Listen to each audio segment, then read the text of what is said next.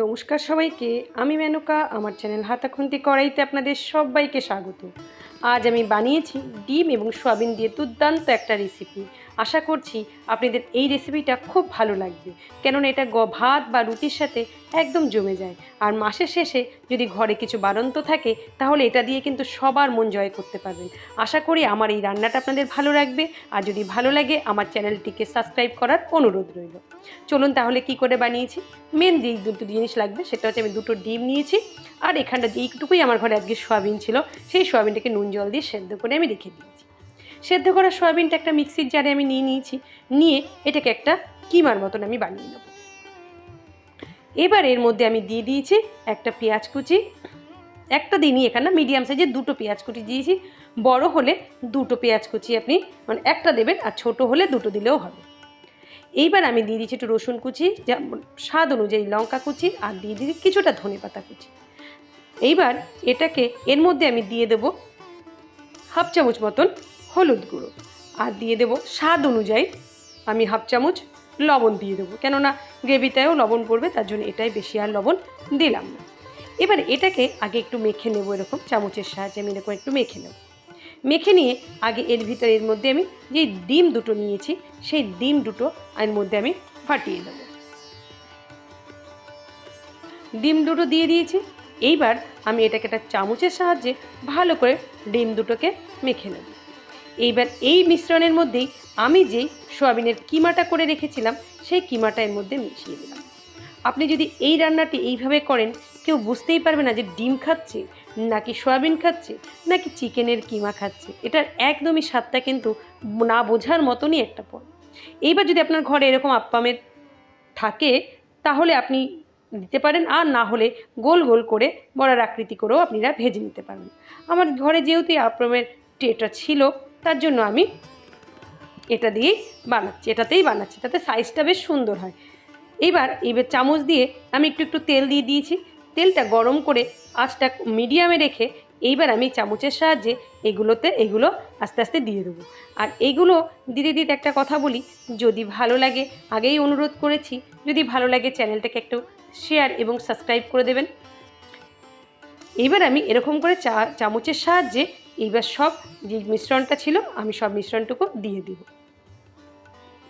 অনেক সময় ঘরে অনেক কিছু থাকে না, তখন না এরকম সাধারণ কিছু জিনিস দিয়ে রান্না করে বাড়ির সবাইকে খাওয়াতে বা নিজেরও খেতে ভালোই লাগে, খারাপ লাগে না। আর সবসময় একঘেয়েমি মাছের ঝোল ভাত না খেয়ে এরকম খেতেও কিন্তু অসুবিধা লাগে না। বাচ্চারাও এটা খেতে খুব পছন্দ করে, আর এটা এইভাবে ভেজেও কিন্তু খেতে খুব ভালো লাগে।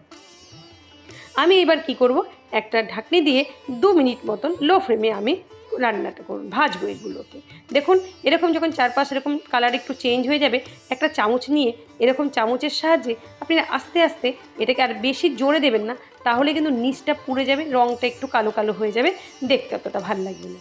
এরকম চামচের সাহায্যে এরকম উল্টিয়ে উল্টিয়ে আমি কিন্তু এগুলোকে সব কটাকে এইভাবে দিয়ে দেবো। আর এই কাজটা একটু আস্তে আস্তে করবেন যে ভেঙে না যায়।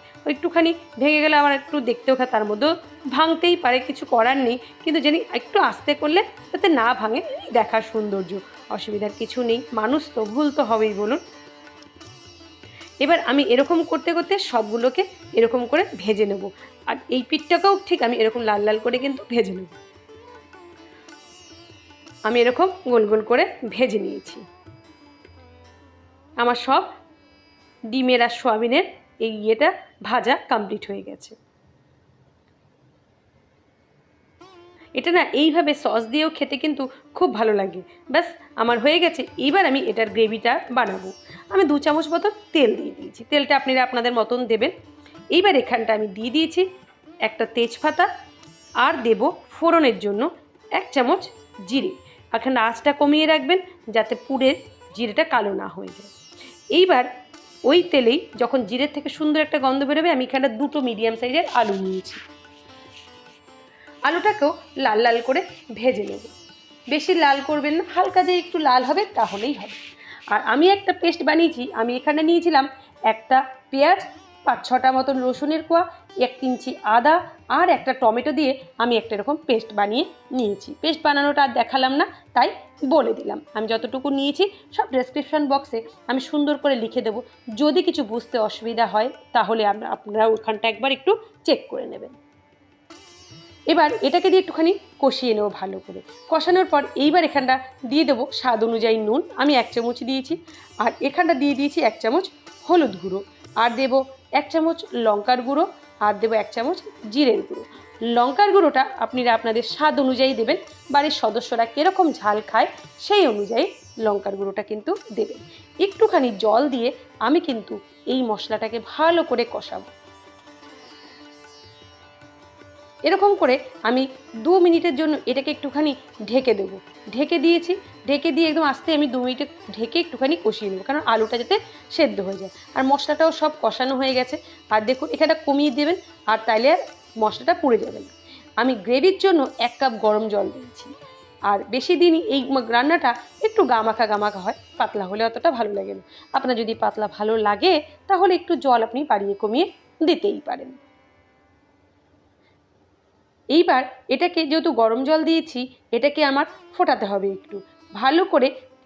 গ্রেভির যেই জলটা আমরা ব্যবহার করি, এটা যদি ভালো করে না ফোটে না তাহলে কিন্তু গ্রেভির স্বাদটা নষ্ট হয়ে যায়। দেখুন এখানে আমার আলুগুলোও কিন্তু একদম সিদ্ধ হয়ে গেছে। এইবার আমি এখানটা কী করব, 1 চামচ গরম মশলা দিয়ে দেবো। এটা আগেই দেবেন, পরে দিয়ে অত নাড়া যাবে না, কেননা সোয়াবিন আর ডিমের যেই বড়াগুলো ভেজেছেন বা কোফতাগুলো যেই ভেজেছেন ওগুলো কিন্তু খুব নরম হয়, ঝোলে দিলে আরও নরম হয়ে যাবে, তার জন্য বেশি নাড়া যাবে না। আমি ঝোলটাকেই আগে পুরোপুরি করে রেডি করে নিলাম। আর এখানটাই আপনারা দেখে নেবেন ঝোলের নুন বা আর কিছু লাগবে কি না, এটা একদম ভালো করে দেখে নিতে পারেন। এইবার আমি এর মধ্যে যেই বড়াগুলো বা কোফতাগুলো ভেজে রেখেছিলাম সেই কোফতাগুলো এর ভিতরে আমি আস্তে আস্তে দিয়ে দেবো। 2টো ডিম যদি আমি রান্না করতাম আমি 2জনকে খাওয়াতে পারতাম, কিন্তু দেখুন এটা দিয়ে কিন্তু আমি অনেকজনকেই খাইয়ে দিতে পারবো 2টো ডিম দিয়ে। এটা ডিমেরও স্বাদ পাবে, সোয়াবিন যে খাচ্ছে সেটাও সে বুঝতে পারবে না ডিম খাচ্ছে কিনা, সোয়াবিন খাচ্ছে কিনা বা মাংস খাচ্ছে কিনা, কিছুই বোঝা যায় না। এটা খেতে এতটাই ভালো হয়। আমি 2 মিনিটের মতন এটাকে একদম লো ফ্লেমে একটুখানি ঢেকে রান্না করে নেব। ব্যাস, এটা একদমই কিন্তু নরম হয়ে গেছে। বেশি নাড়লে এটা কিন্তু ভেঙে যেতে পারে, তাই বেশি নাড়বেন না, দেখবেন এটা ফুলে। আর এইখানটা না আপনি যতটুকু ঝোল রাখবেন মনে করবেন তার থেকে একটু বেশি, কারণ এটা অনেকটা ঝোল না টেনে নেয়, তার জন্য যখন ঠান্ডা হবে এটা কিন্তু টেনে নেবে, তার জন্য একটু পাতলা রেখে নামাবেন, তখন খাওয়ার সময় এটা কিন্তু ঘন হয়ে যায়। আমার এটা একদম হয়ে গেছে। আমি এখানে একটু নুনটা চেক করে নিলাম, চেক করে আমার নুনটা একদমই ঠিক আছে। আপনারা আপনাদের স্বাদ অনুযায়ী নুনটা দেখে নেবেন। ব্যাস, আমার এই রান্নাটা একদম হয়ে গেছে। আমি কিন্তু 2 মিনিটের জন্য এটাকে ঢেকে দিয়ে একটু রেস্টে দেবো। 2 মিনিট পর দেখুন আমার রান্নাটা কত সুন্দর হয়েছে। এটা দেখতে যত সুন্দর হয় খেতেও তত ভালো লাগে।